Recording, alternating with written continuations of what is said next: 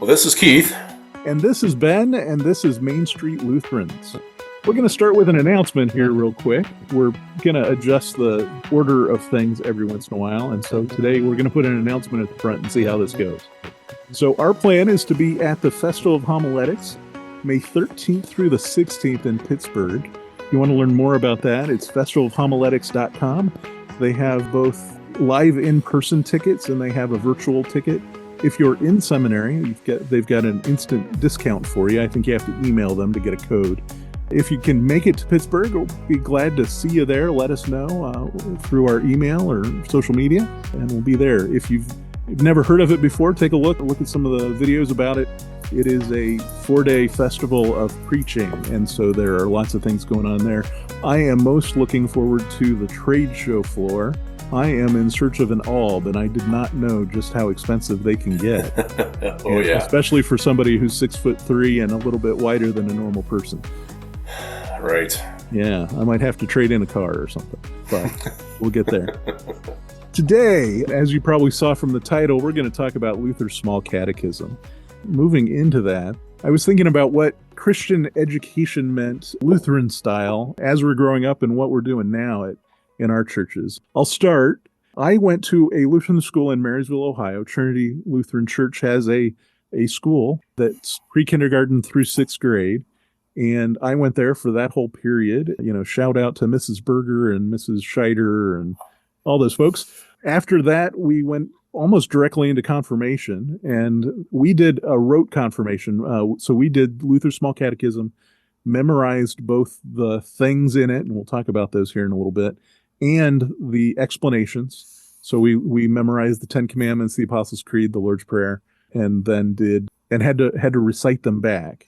And then I went to Capital from high school and got a lot of we had core religion class we had to take, but I also majored in a little bit of religion.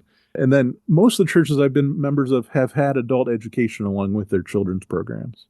Yeah, I had almost the exact opposite experience with a little bit of overlap in the middle. So the story that I hear from my mom and eventually from the woman who was the Sunday school teacher was that I went to the children's Sunday school class in my home church in Glen Rock, PA, Zion Lutheran Church, that I went to their Sunday school class the first day that I was old enough to go. I don't know if I was like 4, 5 years old, whatever. And I kind of sat and quietly cried through the entire class, and I never went back again. And I literally never went to Sunday school again, like until I was in college, I think, when Ben and I met at Calvary. I mean, other than, occasionally dropping in here and there. Wow. At my grandmother's church or something in the life of the congregation. Huh. So I did do First Communion, though, and confirmation in my home church. I think I've shared some stories about some of that. But we did not memorize the Small Catechism. We did practice. I can't say that we memorized it, and we certainly did not stand up in front of the congregation and recite it in the confirmation service. But we did spend time learning by memory the Lord's Prayer and the Apostles' Creed. I think because, they're commonly used in worship, and the pastor just thought that would be sort of helpful from a hospitality and they're kind of standpoint. easy, aren't they? I mean, if you say them every week. Right, yeah. In fact, I have very few memories of my confirmation experience in classes, but I do remember one day, Pastor Tom had us sitting around the table. There was 6 or 8 of us in my confirmation class. We practiced the the Apostles' Creed by going around the table and reciting it one word per person at a time as we went around, so first person would say I, and the next person believe, and the next person in, and it was actually a fun little exercise and really tricky, but we got through it. That may be the only thing that I recall from my confirmation classes as a child. So it worked. Apparently, yeah. Yeah.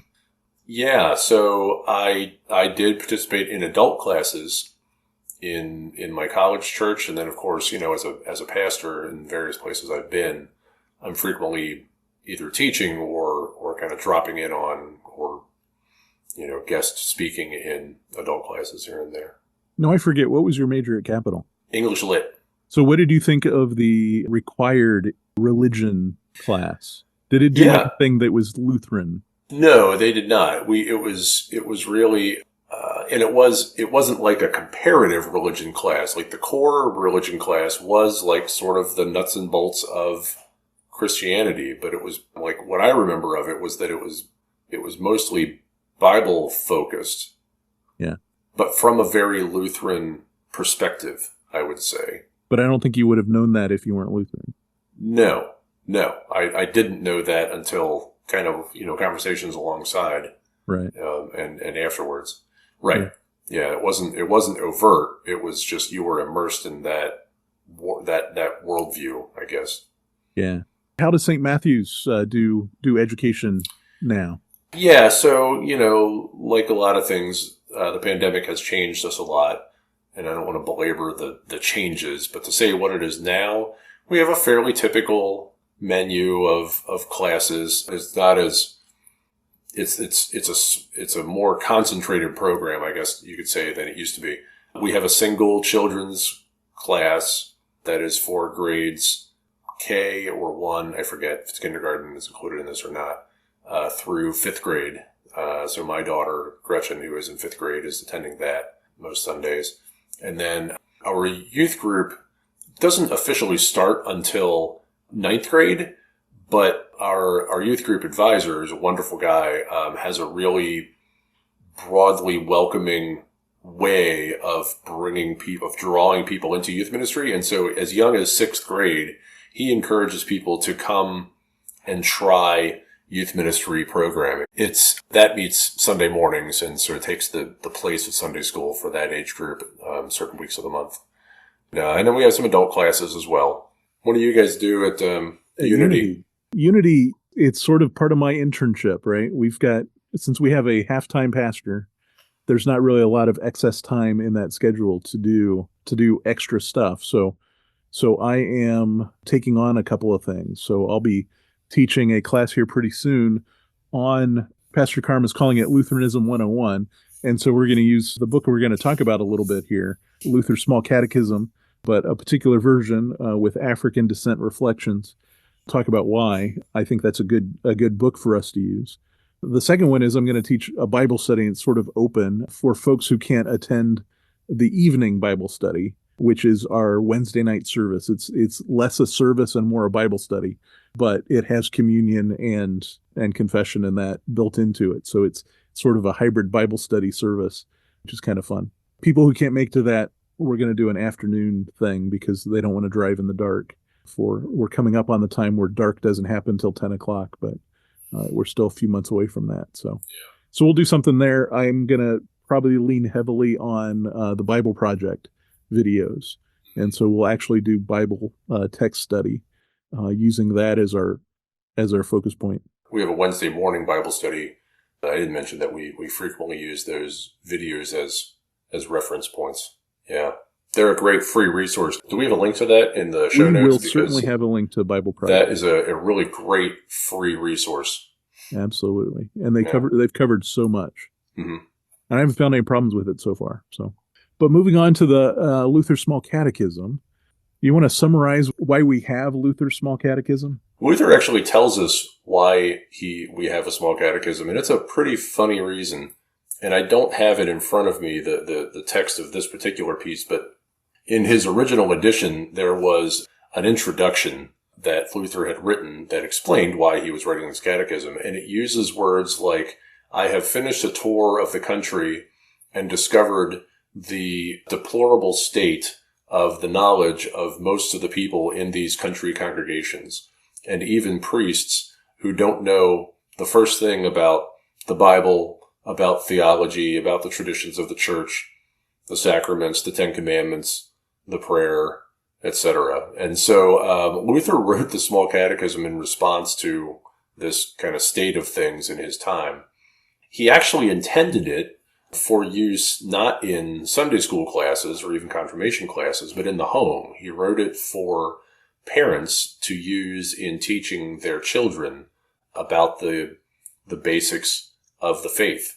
There's roughly a half dozen or 10 different subjects that he covers in the catechism, and each bit presents whatever it is, like say the 10 Commandments, And then each of the 10 Commandments has Luther's explanation of it. And those are fairly brief. When you get to communion and baptism, the explanations are a little longer, but you're still talking a page out of in a very small book. In like a pamphlet-sized book. I mean, it's thicker than a pamphlet, but it's like that size of pages.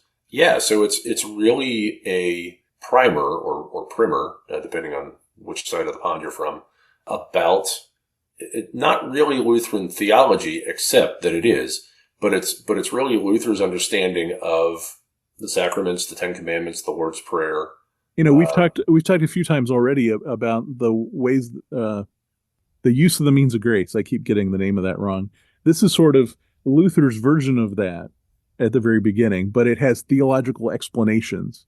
But Luther probably didn't differentiate the pragmatic side from the theological side in many cases. I don't know if we've ever mentioned Luther's works before in these segments. Luther was an obnoxiously prolific writer. Luther's works, which really is a set of volumes of everything that Luther wrote, because remember, this guy was, just getting into action right around the same time as the printing press. And so we actually have copies of the things that he wrote. Everything from sermons to lecture notes to the Small Catechism. To his letters to the Pope. Yeah, the documents that he wrote alongside the other reformers. Yeah, and some of his correspondence, So Luther's works, if you've got like the typical library bookshelf, it literally takes up like 3 shelves. It's an incredibly, it's like the size of, if you're old enough like I am to remember them, the Encyclopedia Britannica sitting on a shelf. That's what Luther's works looks like, right? Indeed.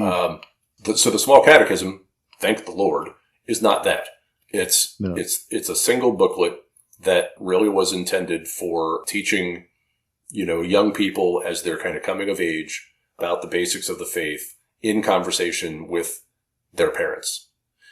With that in mind, just one thing that I'll mention that we do at St. Matt's that's kind of new for us, we've been doing it for a few years and it's really been fun, is we invite parents to attend confirmation classes with their child. That has so deepened the conversation. Frankly, it probably won't surprise you, most of the adults are even more engaged than the kids. But what that also allows for is that we know those conversations are continuing in the home, in the car afterwards, wherever. And even if they're not happening in the moment, these same thoughts are on parents' minds, and that they're being more deliberately faith oriented as they're helping their kids, grow up in the church. And so that's been really cool for us. We sure. found that beneficial. So what about the fact that now the Catechism is 500 plus years old? Actually, no, the Catechism itself is not just yet, but we're probably coming right up about on 500 years old. Yeah. Yeah. The Reformation is 500 years past. Is this stuff still relevant? Is it still worth looking at? That's the funny thing, is that when looking through the Small Catechism, there really is nothing that Luther wrote in there that has been taken out. We talk about modernity. So there's, the modern movement in religion, in Christianity happens early 20th century, and a lot of stuff sort of goes by the wayside, things that we actually see pop back up. But when we talk about Bible things and theology things, a lot of times the look at the historical Jesus in particular causes a lot of problems with theology. And Luther's theology is really not affected by that, because Luther is good enough in his Bible, and that's why he starts the Reformation, is that he's read his Bible and he knows it inside and out, that Jesus is Lord and Savior, no matter what kind of historical approach we take to it. That the way that Luther read the scripture was very similar to how we read it today. So we understand it for its time, and we understand it for its purpose. And one of the fundamental pieces for Luther is that he believes that humanity is flawed, and so anything humanity creates is also flawed. And so the Bible itself has problems. It is still inspired by God, but it is not inerrant. And so he understands that, and that's how we understand it through this system. So it holds up quite well. As far as versions, now of course we don't read it in the German. I'm sure my parents probably might have had to. Their churches were English speaking, but some churches around them were German, and so they would have probably read it in German. But the translations are fairly straightforward. The German is not affected by the age quite the same way other languages are. So we get a good translation of it in English. But when it comes to versions, as far as what to do, you can buy a pretty plain booklet style that just has Luther's writings in it. I got one with confirmation that we memorized out of. The one I'm going to use for my class is called Luther's Small Catechism with African Descent Reflections. Now, the first time I heard about that, I expected something that was like a liberation theology thing or a black theology thing. And while there are elements of that, there are elements of that in all of our theology these days. But the reflections in this are just contemporary reflections on what Luther wrote. And what I most appreciate about this is that it only pretty much doubles the size of the book, no more than that. It's not long explanations of Luther's explanation. As I was looking through it, in particular, the first article on creation from Luther's Apostles' Creed explanations, you have, I believe in God the Father Almighty, creator of heaven and earth. And then Luther answers, what is this? What does this mean? And then there are 2 paragraphs, right? I believe that God has created me together with all that exists. God has given me and still preserves my body and soul, eyes, ears, and all limbs and senses, reason and all mental faculties. In addition, God daily and abundantly provides shoes and clothing, food and drink, house and farm, spouse and children, fields, livestock, and all property, along with all the necessities and nourishment for this body and life. God protects me against all danger and shields and preserves me from all evil. And all this is done out of pure fatherly and divine goodness and mercy, without any merit or worthiness of mine at all. For all this I owe it to God to thank and praise, serve and obey him. And of course, Luther's sign off, this is most certainly true. And the first article, Reflection, is actually shorter than that. And it says, I believe I am somebody who has dignity and worth and who receives all I need for my earthly existence. I believe God sits high and looks low and is worthy of praise and glory. I believe God liberates me from all evil and provides a shield around me, and does this without me doing anything except believing in the preserving power of the Creator, having faith and praising and serving a mighty and wonderful God. This is most certainly true. So that's just an example of what's in that book, and I think it adds some depth that if we just read Luther's work, it doesn't have the meat on it. Luther wrote the Small Catechism with the purpose of having the family read it and discuss it, right? And then go to church and answer questions at church, perhaps, right? If we pick this up now, we expect our kids to read it and then come in and ask questions. And then whether they have questions or not, they'll be quiet, right? Right. So people are more likely to pick up a book like this and read it on their own. This adds a little bit of discussion to it already. And it does bring in that sense of a modern perspective, not in an academic sense, but in a real world. These people are reflecting on these words from the same time in which we live now. Right. And that does add a little bit of, I don't know if relevance is quite the right word, but it gives us a touchstone that is a little more contemporary to our own sense of what these words mean. Yeah. Yeah, I really think it's a great resource. I was glad when Ben pointed me to it recently. Yeah, I pretty much had to force Keith to steal one from somebody. So he did, which I enjoyed very much. Which we'll have to read that commandment here. Right. So what do you think? Can it still be used for catechism?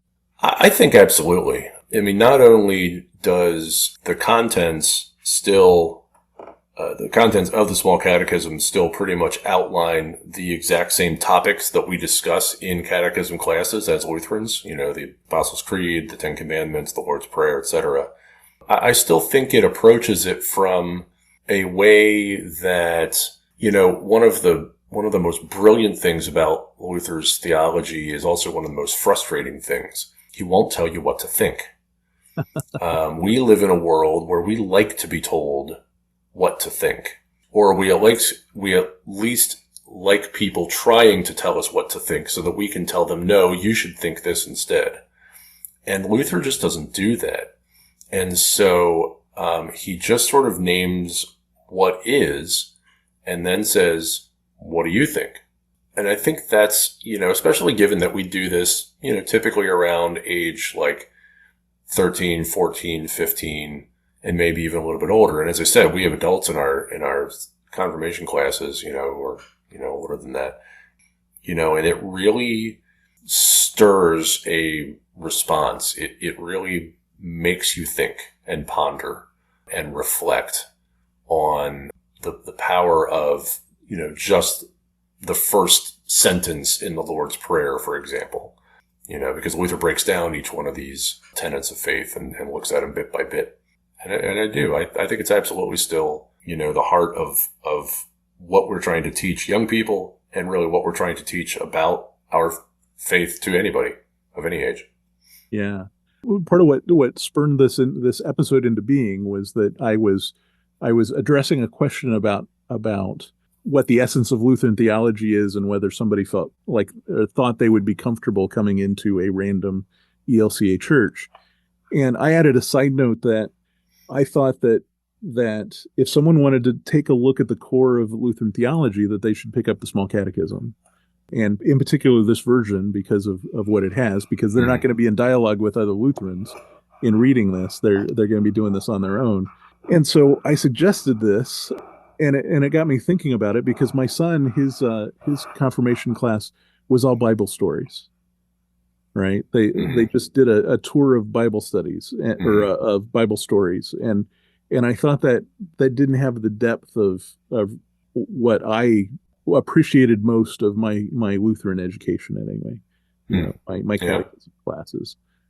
The thing that also brings this as a topic is I think we need to explain why we use the confirmation, the catechism questions as our sign off for each episode. It starts with really that it's something that hopefully Lutherans will commonly understand, that they have the ability to answer the question, for one, right? And it's something that we all have in common. At least that's our hope. Mm-hmm. And I think that makes it something we can all, sort of get around. Yeah. Yeah. And I think that it, it also gives us a chance to kind of take a snippet of our faith and make it approachable, in conversation with others. Right. And make it a little bit interactive and again, help people to be thinking about this stuff themselves. Not that we're telling them what to think, but offering them the opportunity to think for themselves. Right. And, so, I started with this idea. This was part of the original pitch I had for anyone who'd listen about this podcast. So we started out with some questions that I found on some silly quiz thing online. And then we moved to writing some of our own questions. But now we're using actual questions out of some sort of catechism curriculum, right? Well, it's the catechism curriculum that exists in my head. Okay. So, I've been teaching confirmation classes for so long at this point that I've used, lots of different resources over the years. And over time, they've become sort of oatmeal in my hard drive. And I just, there's a little bit from here and a little bit from there. And one of the stronger influences, when I was first teaching in ministry, it was sort of a trend at the time and really solid pedagogy, honestly, was a guy named Rich Melheim, a curriculum called Faith Incubators. And it was a Lutheran-based catechism curriculum. And one of its teaching tools that it relied on heavily were these quizzes. They were all multiple choice. They were generally in the format of, one or two sort of silly throw-off answers that you knew weren't right, one or two that you thought could be. And the idea was that you're teasing out that people tend to know more than they realize. And so he would have one of these in every single episode of his large group time. And so some of the questions have come from there. Some of them have come from the same technique that I've used myself. Do I know which ones are which anymore? Not a clue. But, what we've been working through slowly are, 20 years worth of me teaching confirmation classes.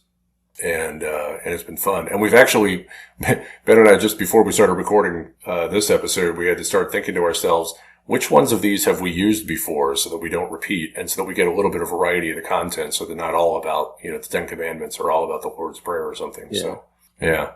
So that last, gets us to, well, yeah. Yeah, I was just going to say, last week's catechism question was that Luther thought his trip to Rome would be a highlight of his life, but instead it became, here are your options, A, a good excuse to never eat Italian food, B, the source of his new tourism show on the Travel Channel, C, the beginning of his disillusionment with the church, or D, the reason he never left the house again, ever. So Ben, what do you think is the answer? Oh man, I think if I remember right, we sort of like choose multiples, right? Because wasn't he going to have a Travel Channel show where he didn't ever eat Italian food? It could be, yeah, and always. But it was really, and yet it was going to be a travel show from his home, which you could do now that we've been through a pandemic. We know what that would look like. But that's right. Yeah, but it was disillusionment with the church for sure. It was indeed. Yeah, yeah.